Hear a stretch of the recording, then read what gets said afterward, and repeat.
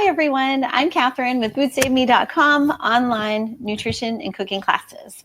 And welcome back. This is part 4 of our weekly meal prep program. And I just want to remind you of our strategy when we're putting together our meals for the meal prep.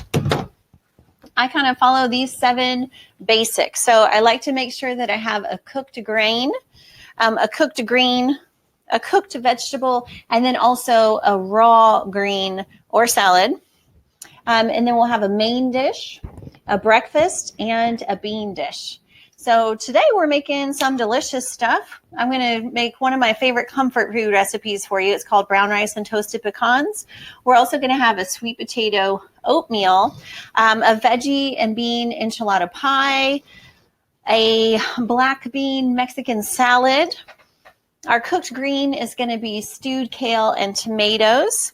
And our cooked vegetable is actually going to be pan-seared portobellos. They are delicious. And our raw green is going to be, we're going to do a cabbage fruit slaw. So stay tuned and let's get started. I'm going to start this week's meal prep with our longest cooking items. So we're going to start with the brown rice. As I mentioned in previous recipes, I prefer to use short grain brown rice over the long grain, but it's your preference. But for this one, I found that kind of nutty texture really holds up well when I make it with the pecans. So the first step is pretty simple. I'm just going to cook the rice. What's most important about this recipe is that you have those pecans ready when your rice is finished, because you want to put the dish together when the rice is still hot. So I'm going to add 2 cups so that we have enough to snack on throughout the week. And so I have 2 cups of rice, and now I'm going to add 4 cups of water. I'm going to cover this, bring it to a boil, and then turn it down to low and let it cook for about 45 to 50 minutes. Since we're going to be stirring pecans into this, it's also really important that you don't overcook the rice in this dish. Otherwise, it'll be mushy, and every time you stir it, it'll get more and more starchy, and we don't want that. So I'll get this started.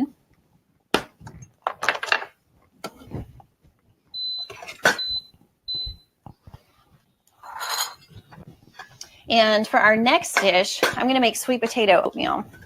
This is a great way to just sneak in some beta carotene and extra fiber into your oatmeal. And also it gives it a little bit of sweetness as well. And so I'm going to grate. So I'm going to use the smallest cut here. I'm going to grate a sweet potato that's been washed but not peeled. And this is a small sweet potato, about the size of the palm of my hand.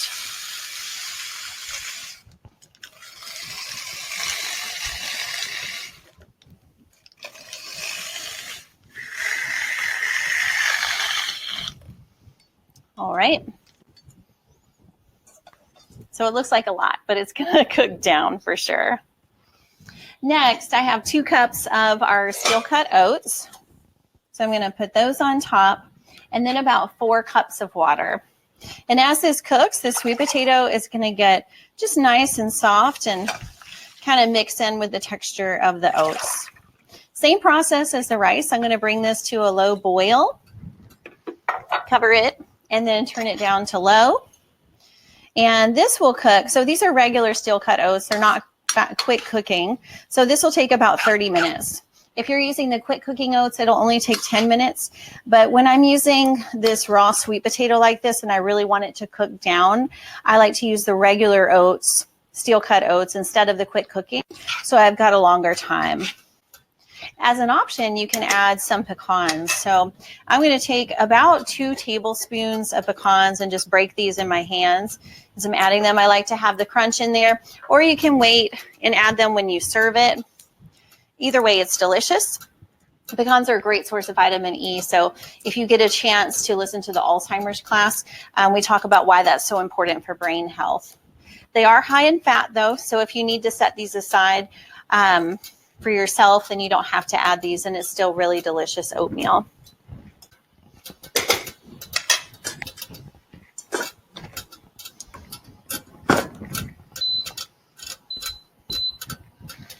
Next up is our cooked vegetable. This is a really fast go-to recipe for us in our house.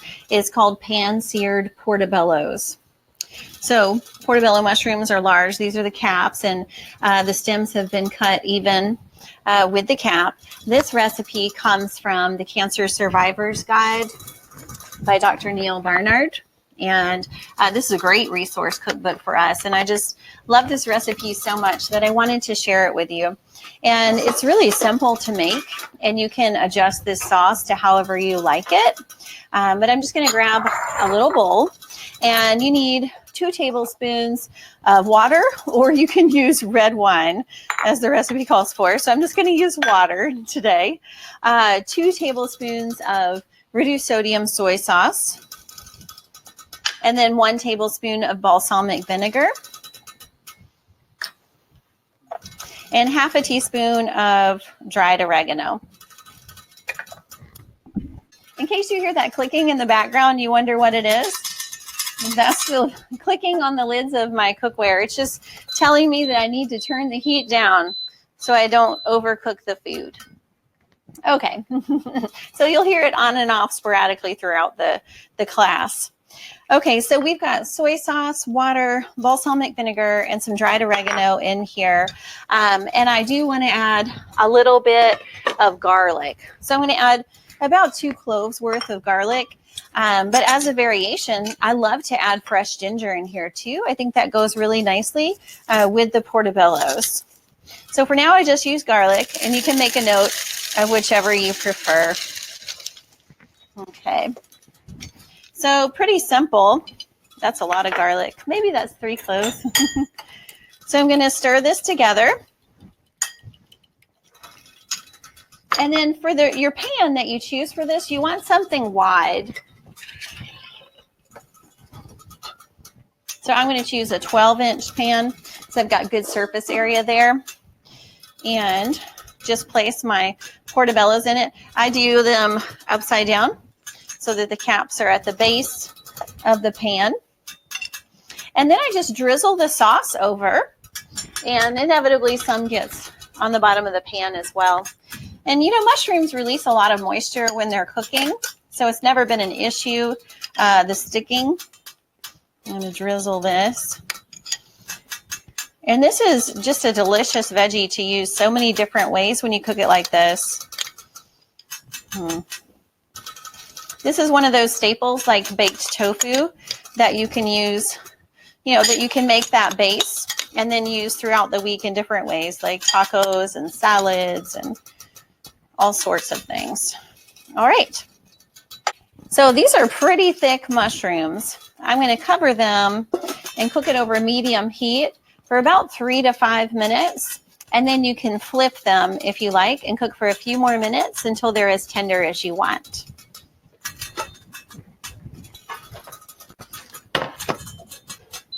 For our cooked green dish this week, I'm going to keep it really simple. And this is a recipe that I enjoy a lot. It's just stewed kale and tomatoes. And in this dish, I use dino kale. If you can see that, it kind of has, I guess, the outer texture of a dinosaur skin, maybe. So it's lacinato kale. And I prefer this to the regular green curly kale. It's more tender. It has a little bit sweeter flavor. Either would work in here. But this looked so good at the grocery store today. I couldn't pass it up. So I'm just going to add 1.5 cups of either diced or stewed tomatoes. Will work fine in here. And then for the kale, I hold the stem like that and just pull off until I get about halfway down, and then I keep that part of the stem on. And from there, you can just tear it into what would be bite-sized pieces. This is also my preferred kale when I'm making smoothies. I like to use this kind of kale over the green or red kale if they have it on hand. Dino kale, I feel like the bunches that it comes in are a little smaller than the green curly kale, maybe because it's flatter. So for this recipe, I've actually used 2 bunches. And this will kind of shrink down as it cooks.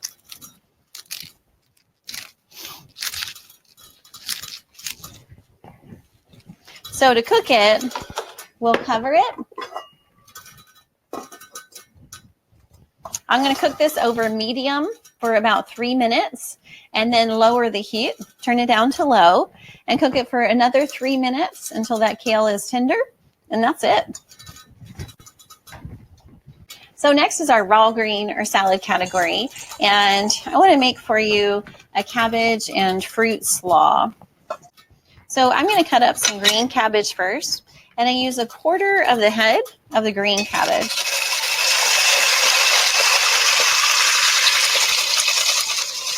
If I was describing how I've cut it, I would call it kind of a rough chop.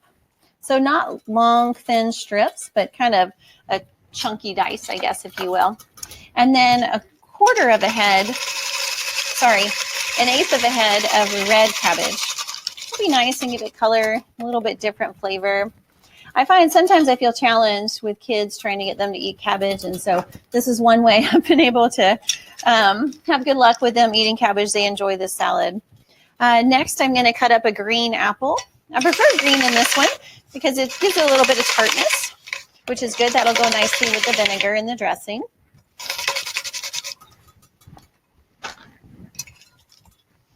And some strawberries. This will give it some sweetness, but also some more vitamin C. So I used 1 green apple, and this is, I would say, a heaping cup of strawberries.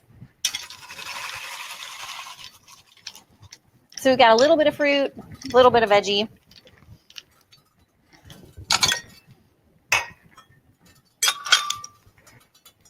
And I'm going to use 2 tablespoons of walnuts to give it a little bit more crunch, and some omega-3s. I like that contrast in the texture there with the walnuts.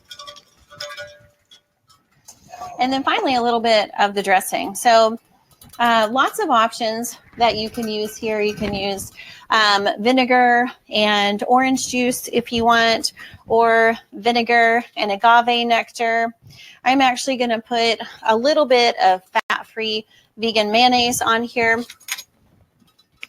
And so about 2 to 3 tablespoons at the most.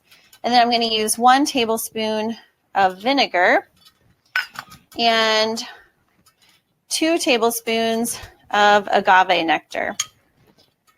And then just stir this together as it's mixed. And this is a nice kind of creamy type coleslaw, but it has that sweet kick from the vegetables.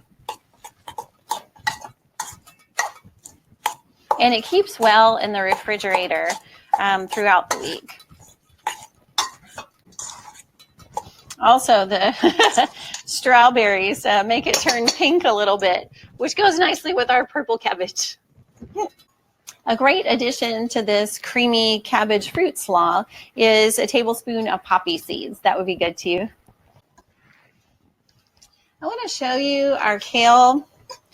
I like it kind of barely cooked, you know, and still bright with color. But this is cooked for about 4 to 5 minutes total. And there's a nice sauce from the tomatoes. And this is plenty tender for me. So I'm going to stop the cooking here. So our last recipe of this meal prep week 4 is some type of cooked bean, which we're going to do in a salad today. It's Mexican black bean salad. And I'm going to start with 1.5 cups of cooked black beans. Again, you see how many beans we're using in our recipes. It's so helpful, so much easier, so much more affordable for you to pre-cook your beans and then freeze them in 1.5 cup portions. So that's what this is, 1.5 cups of black beans that have been cooked, 1 cup of corn kernels, and I have 1 cup of cherry tomatoes, which have been quartered. You could substitute Roma too, that would be fine. For spices, I would say season to your taste. I'm using 1/2 teaspoon of chili powder, 1/2 teaspoon of dried oregano, and about 1 teaspoon of fresh ground cumin, sorry. And then I'm going to put in some raw veggies here. I'm going to cut in 1/2 of a small onion. Really don't need a whole lot in here since it is going to be raw. That flavor is going to be a little sharp. There we go.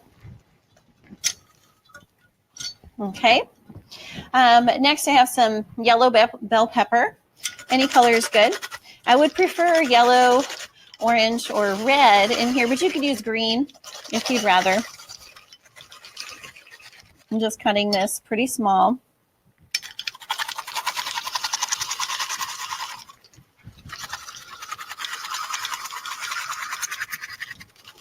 I'm cutting around the seeds, so I'm not adding the seeds to it. This is a soft bell pepper, so it's challenging for me to cut.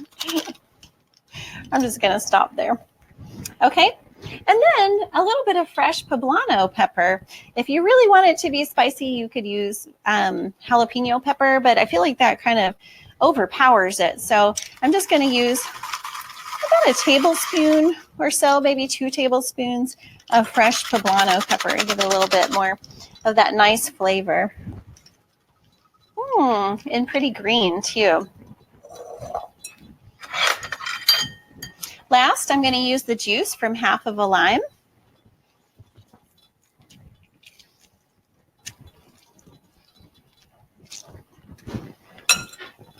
And I want to mix this real well before I stir in the avocados.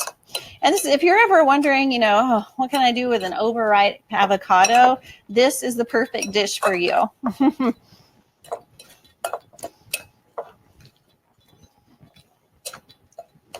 we go. Let me turn this down. So last step, I just have some avocado here.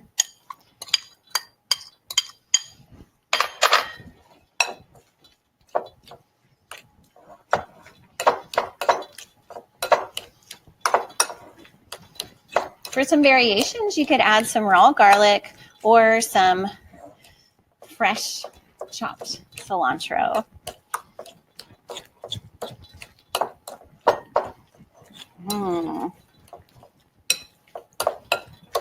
What a great, refreshing salad.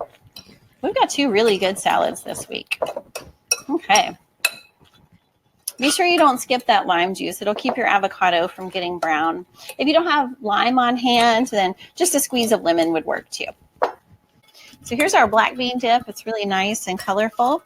It's delicious this way, but optionally, you can add 1 tablespoon of balsamic vinegar. That really makes it. So that's our Mexican black bean salad with avocado. Fantastic. We need to check in on a couple of other things. Our pan-seared portobellos are looking good. This oatmeal looks great. I think it needs a few more minutes. Our rice needs like, 15 more minutes or so. While we're waiting for our brown rice to finish cooking, let's revisit that recipe. We need to work on our toasted pecans. So I have a 1/4 cup of pecan pieces here. You'll want to preheat your oven to 450 degrees and just put them on an oven safe sheet. And then we'll toast these in the oven at 450 for 5 or 6 minutes. So keep an eye on it because you want them to get lightly browned, but not burnt for sure. Also, you want to do this during the last 5 minutes of your rice cooking because I think it tastes the best when you hit them with the soy sauce when they're really hot and then stir it into the rice at the same time. So I'll walk you through that. So your last 5 minutes of your rice cooking, get your pecans toasting. So they look fabulous. If you need something for your cookware so that your portobellos don't stick or burn, you can add just 1 or 2 tablespoons of water at the most to this. You just don't want to add too much because it's going to dilute that delicious sauce that you've got going. I always reserve that, and when I serve it, I pour that back into the portobello. But these are nice and fork tender. That's how I like them, to still be a little bit firm. If you want yours more flimsy, then I would just give them a few more minutes. Our sweet potato oatmeal is also done. And remember, oats are rich in soluble fiber. And so the more you stir it, the creamier it gets. If you want them to be really creamy, at this point, after they're done cooking, I would add maybe 1/2 cup of a plant milk to it. and then just continue stirring, and they'll get creamier and creamier.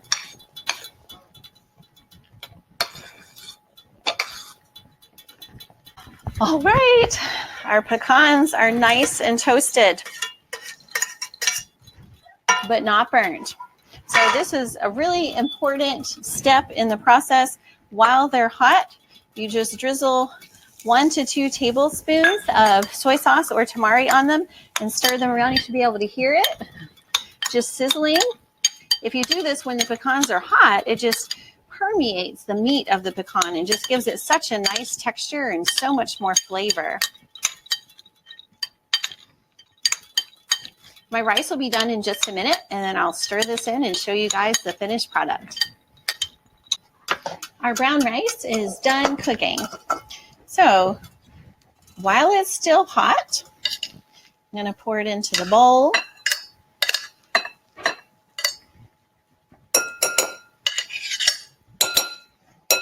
I'm going to use about half of it, so 1 cup dried. And we're going to reserve that other half for having as our meals. And I'll stir in the pecans with that little bit of soy sauce. I'm going to put the rice back in there to soak up the rest of that soy sauce. And gently fold these in. And this is just a delicious comfort food for me.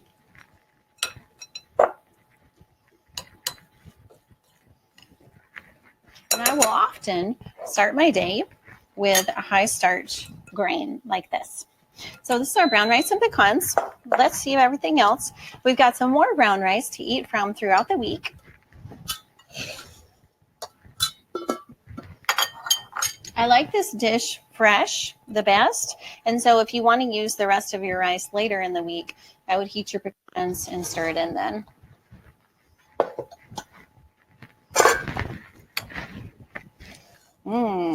Here's our sweet potato oatmeal. I want to show you my pan-seared portobellos. After I took them out of the pan, I drizzled some of that sauce back on top so I get that flavor. Also, this Mexican black bean dip grows great in a romaine lettuce leaf. So this concludes week 4 of our meal prep.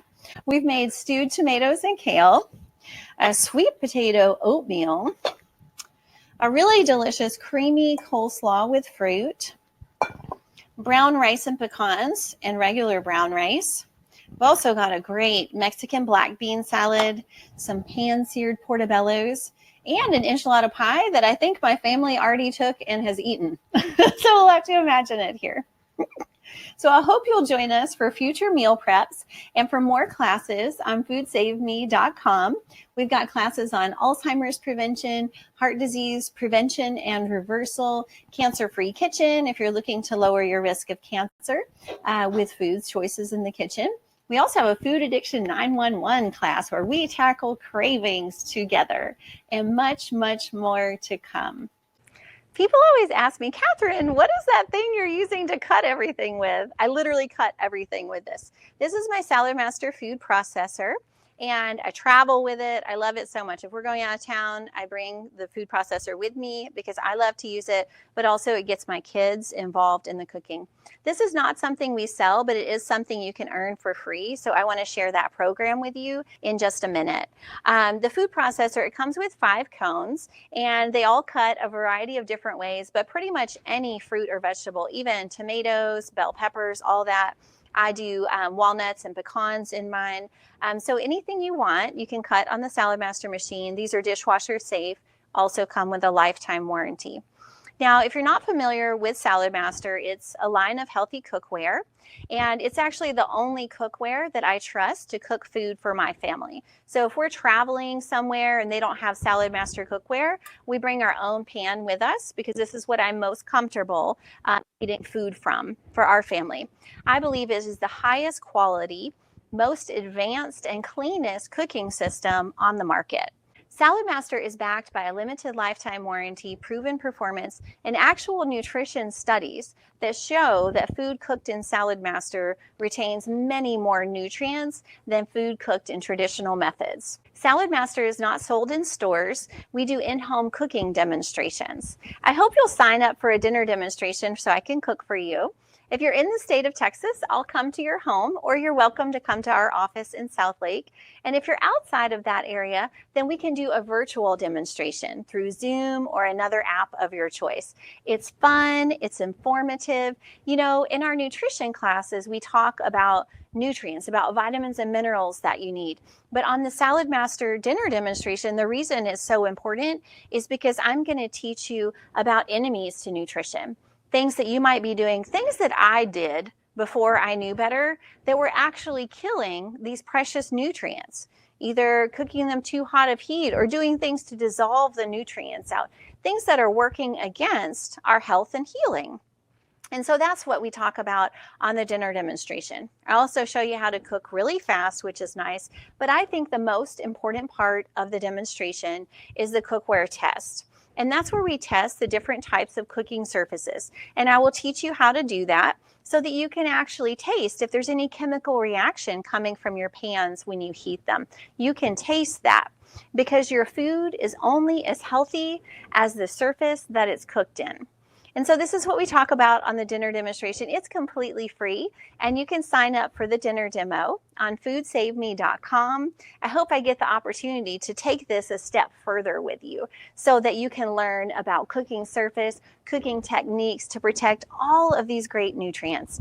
And I want to help you get that Salad Master food processor for free. This is easy. You just see the demonstration, provide a couple of referrals for your friends to see it, and then you can get this machine for free. It makes my life so much easier. And I think that's the biggest complaint from students when they're trying to transition to a whole food plant-based diet. It's just a lot of chopping and a lot of prep work. So anytime you can get a tool, especially a free one, then that's a great thing to just make your journey easier. So check it out. You can sign up on foodsaveme.com.